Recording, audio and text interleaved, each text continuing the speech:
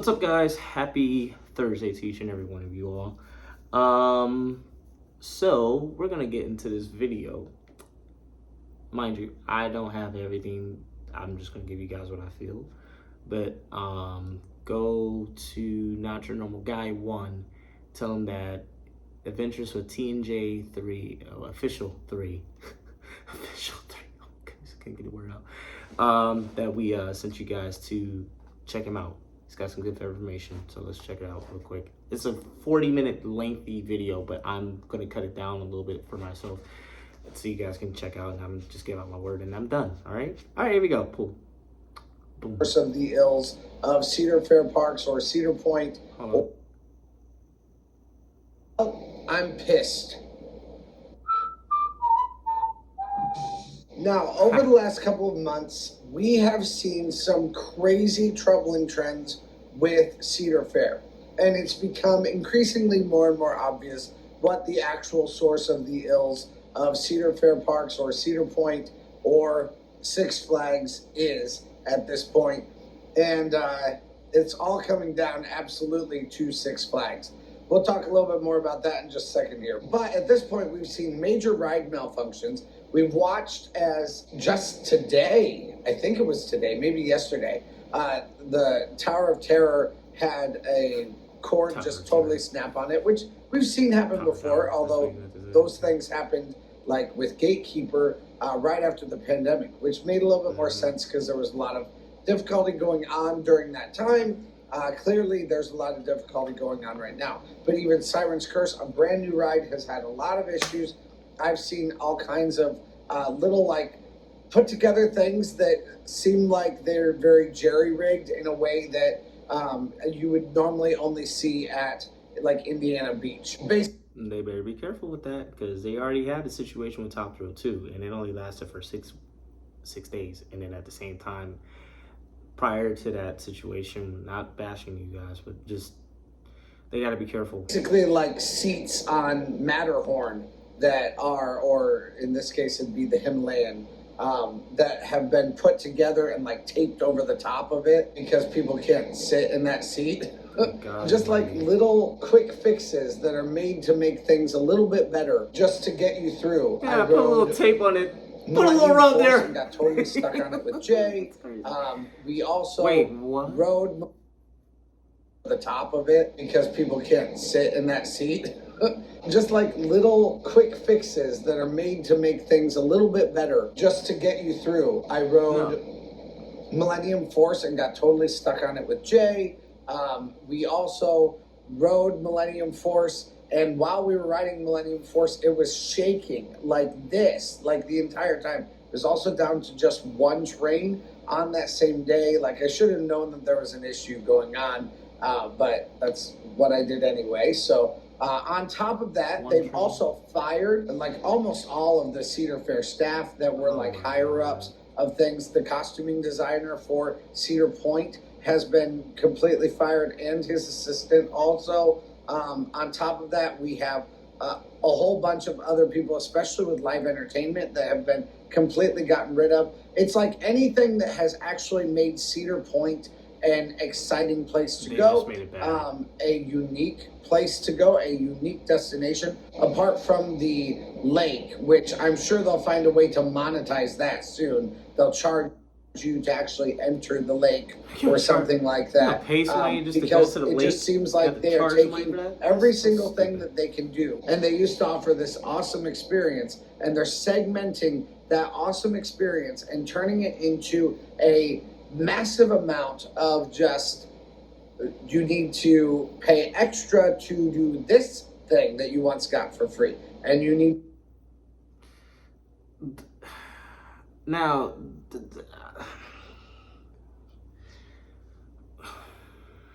We're gonna go. So this is what I'm gonna do. I'm gonna skip towards some parts of what he was talking about, which is segueing. I'm glad he said that about the prices. Now, besides the maintenance issue, you know, they've always had down times with roller coasters, but to hear that Millennium was shaking when he was on there, and they only had one cart, but at the same time, that was the same thing that was going on with Siren's Curse. Something ain't going on. Something's going wrong, people. Something's going wrong. Now, this is another thing I was talking about was he was talking about the haunted houses where they're talking about you're gonna have to pay what I think 15 for. Oh, let me see if I can find it.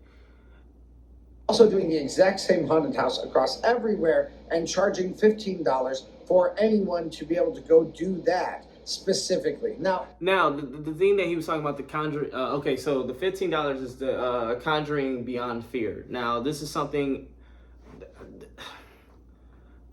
that's pretty much new, but it's not just around Cedar Point. It's all the parks, Carowinds, Kings Island, Cedar Point, all etc.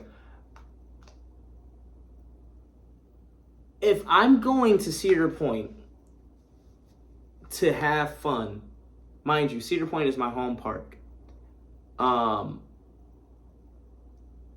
This is all the rest I'm gonna let you guys check out his video because he's got some good stuff on there. But if I am paying already for a pass, why do I have to pay on top of that for additional benefits with a haunted house when a haunted house was basically free for almost a couple years, like for a whole couple, for a whole couple years. I'll just say that. I don't know when it actually started, but I know they had like haunted houses back in the day. So, because I think I started going, 12 years ago? 12 years ago, I think, yeah. So, you decide, 15 years ago, I'm sorry, if I didn't have to pay 15 years ago, why am I paying now? You see what I'm saying? You're basically dropping people from coming to these amusement parks now. You're taking the fun away from it now. Why? You know what I'm saying? Just why? I think the right thing for them to do, and then now I'm hearing about the CEO is stepping down. So there's just too much going on. And I'm not happy about it. I'm not happy about it at all. Because at this rate, if they continue to keep doing what they're doing right now, they're already dropping like a good low percentage of. I don't even think they made that much money. Now they could have made some money, but I think they're not making enough money at all. They're not going to make enough money. Because now, granted, would it lower the ride time? Yeah, because I'm pretty sure they're going to try to make people pay for this stuff. And if you guys are really paying for this stuff, then I should not hear nobody complaining about, oh, well, Cedar Point's going down the drain. Oh, no. Because what happened with Six Flags? I mean, Geauga Lake. It's going down the drain. It went down the drain. And I would refuse to see my home park go down the drain. I refuse to see it. Oh my God. I don't got nothing else to say. I really don't. I'm hurt. But when I heard about Siren's Curse being stuck 4 times. The first time I heard it, my wife texted me. And I was like, huh? I'm like, well, in a way, I was not expecting it. Because I was just like, okay, well, this ride has been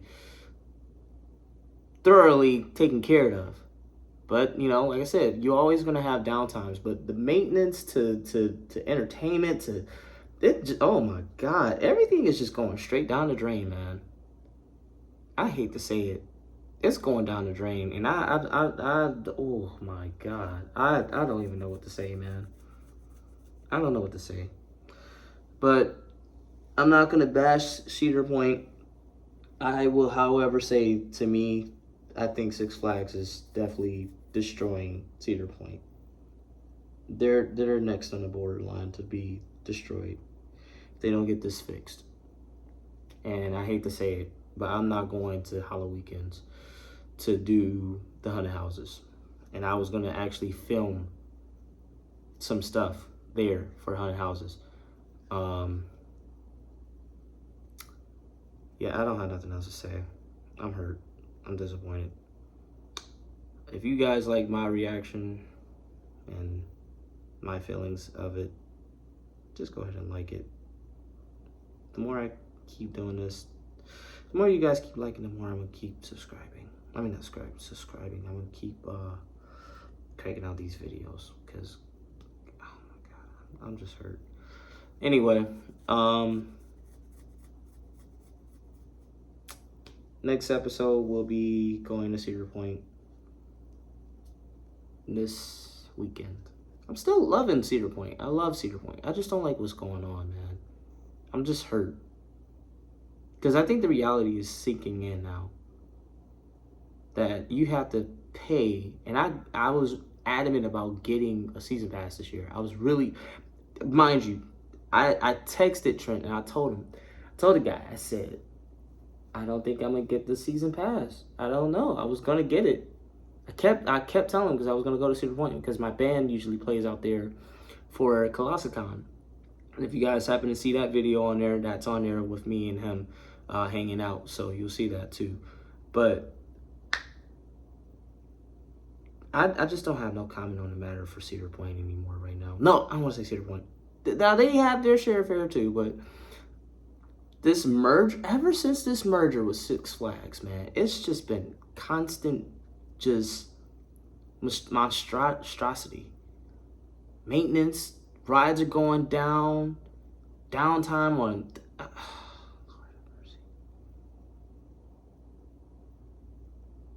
All right, guys, I'm about to go because it's a beautiful day. So I'm about to talk to you guys later on. Onward and upward. Oh yeah.